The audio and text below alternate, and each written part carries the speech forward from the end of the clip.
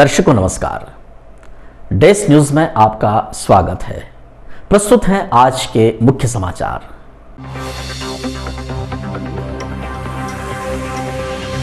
Corona positive मरीजों की संख्या लगातार बढ़ रही है। शनिवार की शाम 86 व रविवार की सुबह 26 पॉजिटिव केस आए।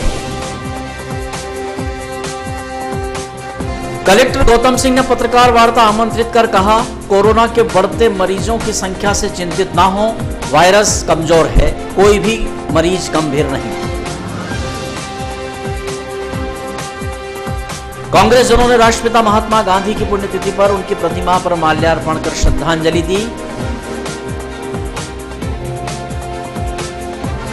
भारतीय जनता पार्टी दक्षिण मंडल ने राष्ट्रपिता की पुण्यतिथि मनाई, प्रतिमा पर श्रद्धा सुमन अर्पित किए।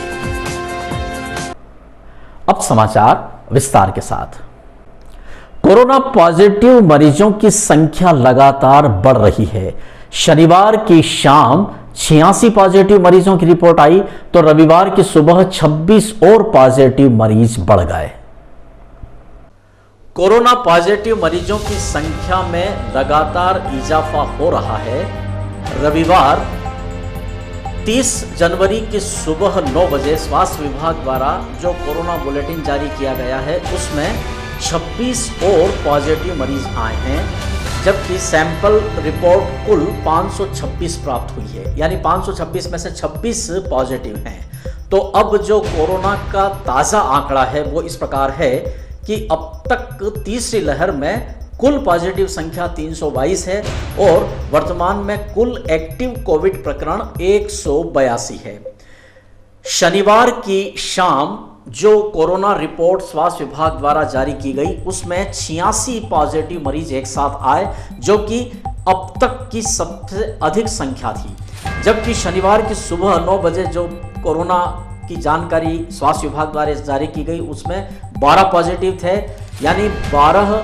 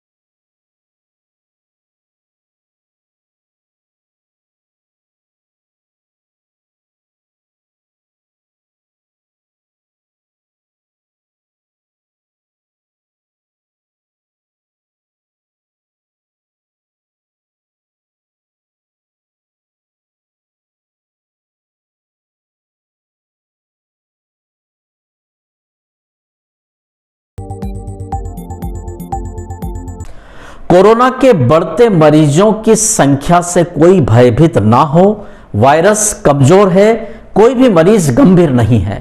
कलेक्टर ने एक पत्रकार वार्ता आयोजित कर यह जानकारी दी। शनिवार की शाम कोरोना की रिपोर्ट में 86 मरीज पॉजिटिव आने से प्रशासन को यह लगा कि इन आंकड़ों से कहीं कोरोना को लेकर लोगों में भय या दहशत व्याप्त न हो जाए। इस भय को दूर करने के लिए जिला कलेक्टर गौतम सिंह ने रविवार की दोपहर सुशासन भवन के सभा कक्ष में एक प्रेस कॉन्फ्रेंस आहूत की और उन्होंने पत्रकारों को बताया कि ये अचानक जो ज्यादा आंकड़े आए हैं इससे चिंतित होने की बिल्कुल भी कोई बात नहीं है।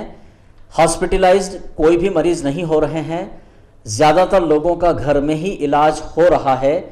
पत्रकारों द्वारा जब यह जिज्ञासा व्यक्त की गई कि यह अचानक पॉजिटिव मरीज इतने ज्यादा क्यों आ रहे हैं, तो इसके जवाब में कलेक्टर का कहना था कि अभी तक मंदसौर की ही लैब में कोरोना की जांच की जा रही थी, लेकिन शासन के आदेश से बाहर की लैब में भी सैंपल भेजे गए तो कहीं ना कहीं कोई पैरामीटर ऐसे अलग हैं जो जांच पद्धति की विविधता के कारण संभव है कि यह कोरोना की जो पॉजिटिव रिपोर्ट है यह ज़्यादा मरीजों की बताई जा रही है।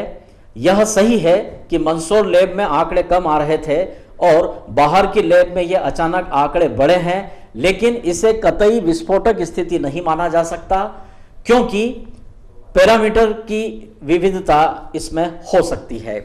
कलेक्टर द्वारा यह भी जानकारी दी गई कि मंदसौर की लैब की गुणवत्ता पर किसी भी तरह का कोई संशय नहीं है। इसकी लैब को वैज्ञानिक अधिकारियों द्वारा पूरी तरह से परख लिया गया है।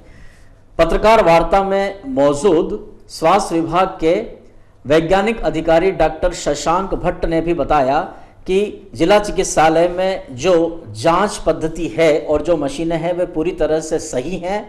यहाँ की कुछ प्राइवेट लैब में भी कोरोना जांच की अनुमति दी गई है, जिसमें पशुपतिनाथ डायग्नोस्टिक सेंटर और श्रीनाथ डायग्नोस्टिक सेंटर हैं। उनकी रिपोर्ट मिलाकर ही पॉजिटिव संख्या प्रदर्शित की जाती है।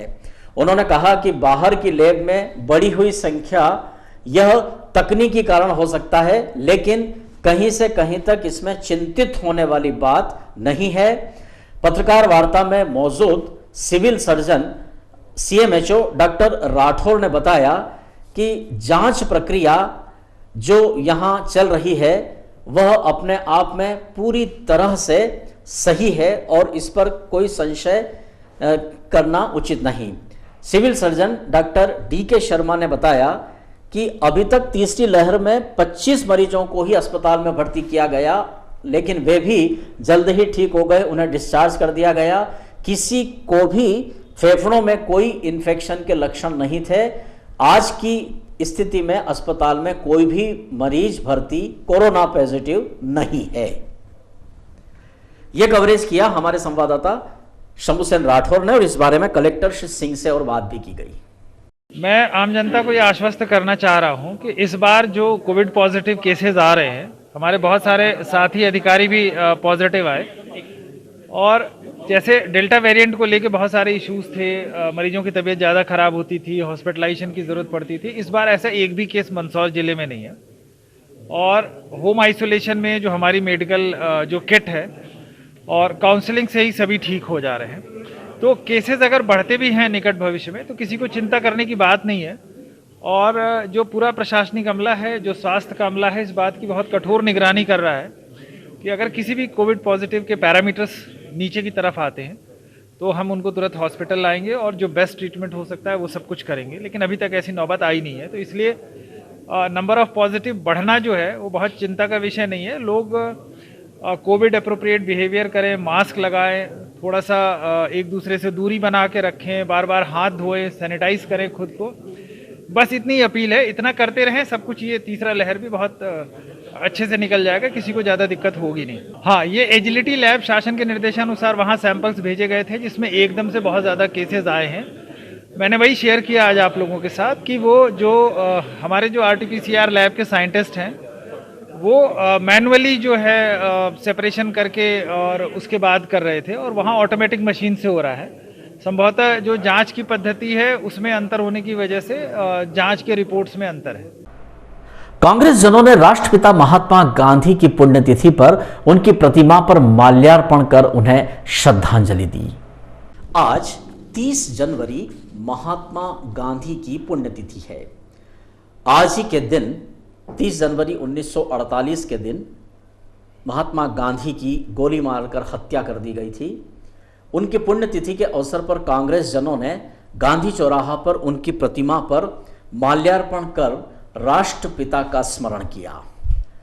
यहाँ जो कांग्रेस जन उपस्थित थे उनमें शहर ब्लॉक कांग्रेस के अध्यक्ष व पूर्व नगर पालिका अध्यक्ष मोहम्मद हनीफ शेख, शहर ब्लॉक कांग्रेस के कार्यकारी अध्यक्ष अजय लोढ़ा, कांग्रेस के नेतागण राजेश रघुवंशी, डॉक्टर प्रीतिपाल सिंह राणा, शैलेंद्र बघेरवाल, संदीप सलोद, पूर्व पार्षद रूपल संचेती, मुस्तफ़ा कापड़िया और भी अन्य कई कार्यकर्ता यहाँ मौजूद थे, जिनमें महिला नेत्री और कार्यकर्ताएं भी उपस्थित थे।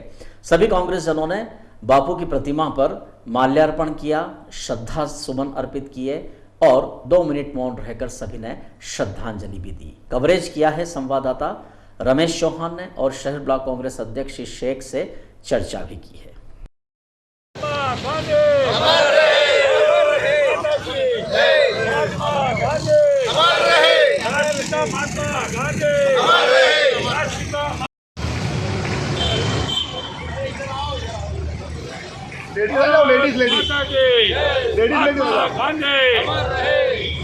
राष्ट्रपिता महात्मा गांधी।